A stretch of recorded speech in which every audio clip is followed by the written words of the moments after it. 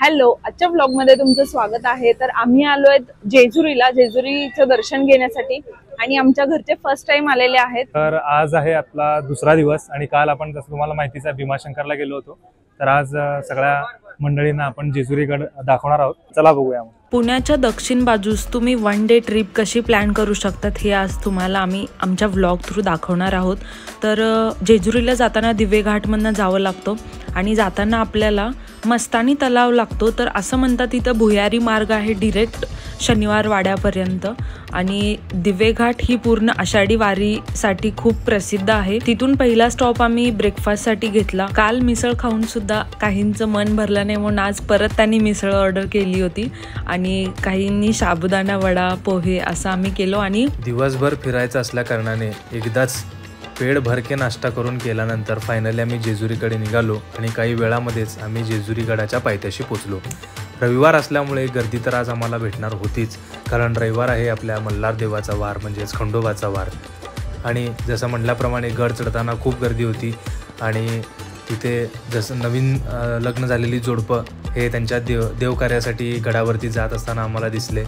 तर तिथलं वातावरण अगदी उत्साहाचं आणि चैतन्याचं असं वातावरण होतं। गड चढताना आम्हाला जरासुद्धा थकवा जाणवला नाही।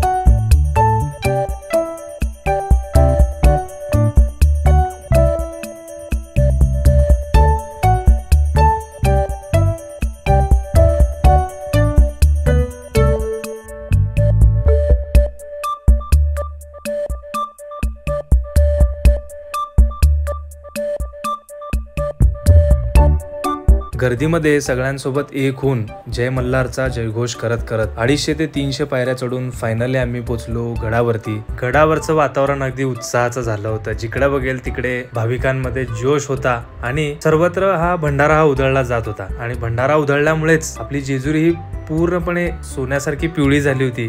त्यामुळे त्याला सोन्याची जेजुरी असे म्हणतात। जसं की तुम्हाला आता माहितीच आहे, प्रत्येक देवस्थानमध्ये VIP पासच्या नावाखाली आपण पैसे देऊन लवकरात लवकर दर्शन घेऊ शकतो। त्याप्रमाणेच आम्ही इथे सुद्धा 100 रुपये प्रत्येकी पास घेऊन लाईन मध्ये उभारलो आणि केवळ 15 मिनिटांमध्ये आमचं दर्शन झालं। तर आत्ताच आमचं दर्शन झालेलं आहे आणि मस्त दर्शन घेऊन आता आम्ही निघालेलो आहे।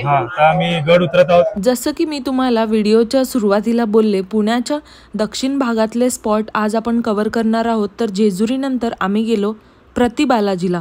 वातावरण एकदम सुंदर होतं, रिमझिम पाऊस होता आणि त्याचबरोबर मला आठवतं 12 वर्षांनी परत मी या मंदिराला निघाले होते। तर 12 वर्षापूर्वी जसं हे मंदिर होतं स्वच्छ आणि मेंटेन केलेलं मंदिर होतं तसंच आहे का आता आपण बघूया या व्हिडिओद्वारे।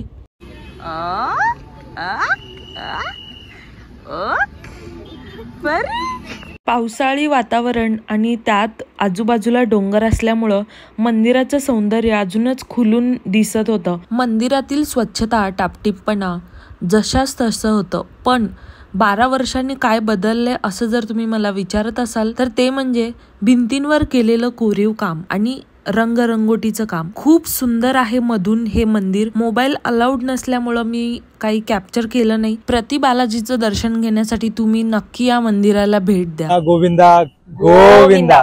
तर आता आम्ही आलो आहेत प्रति बालाजी मंदिर मध्ये। तर अतिशय सुंदर असं मंदिर आहे। मंदिरामध्ये कॅमेरा अलाउड नाही आहे, तर आम्ही बाहेर येऊन शूट करतोय। तर खूप सुंदर स्वच्छ आणि व्यवस्थित मेंटेन केलेलं मंदिर आहे। प्रति बालाजीकडनं सासवडला जाताना आम्हाला 2 प्राचीन मंदिरे भेटली। त्यातलं एक म्हणजे शिव मंदिर होतं आणि दुसरं म्हणजे श्री दत्त मंदिर होतं। प्राचीन काळातल्या या शिव मंदिराची शैली एकदम उत्कृष्ट होती आणि खूप कोरीव काम या मंदिरावर केलं होतं आणि तेच बघण्याची खासियत होती खरं तर। आणि खूप छान दर्शन झालं। तिथून आम्ही गेलो श्री दत्त मंदिरमध्ये। तर नारायणपूरमधल्या या दत्त मंदिराची खासियत अशी आहे की इथं एकमुखी दत्त मंदिर आहे। आजच्या ट्रिपमधल्या सर्व मंदिरांचं आणि देवांचं दर्शन झाल्यानंतर आम्ही निघालो पुरंदरकडे। पुरंदर किल्ल्याला वेळेचं बंधन असल्यामुळे आम्हाला थोडी शंका होती की पुरंदरवरती जायला आपल्याला किल्ल्यावरती जायला भेटणार की नाही, पण तरी पण म्हटलं की आपण एक ट्राय तर करून बघूया। त्यामुळे आम्ही गेलो आणि तिथे गेल्यानंतर वातावरण अगदी मस्त झालं होतं, पण गडाला भेट द्यायची वेळ ही जवळपास संपत आली होती। त्यामुळे आम्हाला फक्त गडाच्या पायथ्या खालचाच परिसर फिरायला भेटला आणि जिथून गडावरती जाण्याची वाट आहे तिथे आम्हाला जाता आलं नाही. पुरंदर किल्ल्यावरती आर्मीच्या ट्रेनिंगचं कॅम्प असल्यामुळं तिथं वेळेचं अगदी काटेकोरपणे पालन केलं जातं. पुरंदर किल्ला म्हणलं की आपल्या डोळ्यासमोर दोनच गोष्टी येतात, तो म्हणजे छत्रपती संभाजी महाराजांचं जन्मस्थान आणि दुसरा म्हणजे पुरंदरचा तह. दोन्हीही गोष्टी स्वराज्याच्या दृष्टीने आणि आपल्या तमाम मावळ्यांना प्रेरणादायक दोन्ही गोष्टी आहेत. त्या अनुषंगाने आम्ही पुरंदर किल्ला पाहण्यासाठी आलो होतो, पण आमचा इथे हिरमोड झालाय. तर पुढच्या वेळेस येताना तुम्ही नक्की एक काळजी घ्या की एक विशेष दिवस पुरंदरसाठी तुम्ही राखीव ठेवा, जेणेकरून तुम्हाला पुरंदर पूर्णपणे फिरता येईल. तर असे होते आमचे हे 2 दिवस. खूप मजा आली.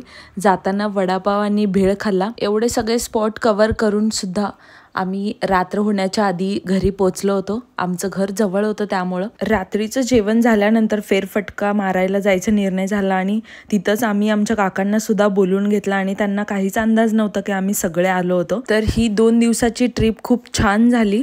तर तुम्हाला हे दोन्ही व्लॉग कसे वाटले मला कमेंट करून नक्की सांगा. भेटूया पुढच्या व्लॉगमध्ये. थँक्यू. बाय.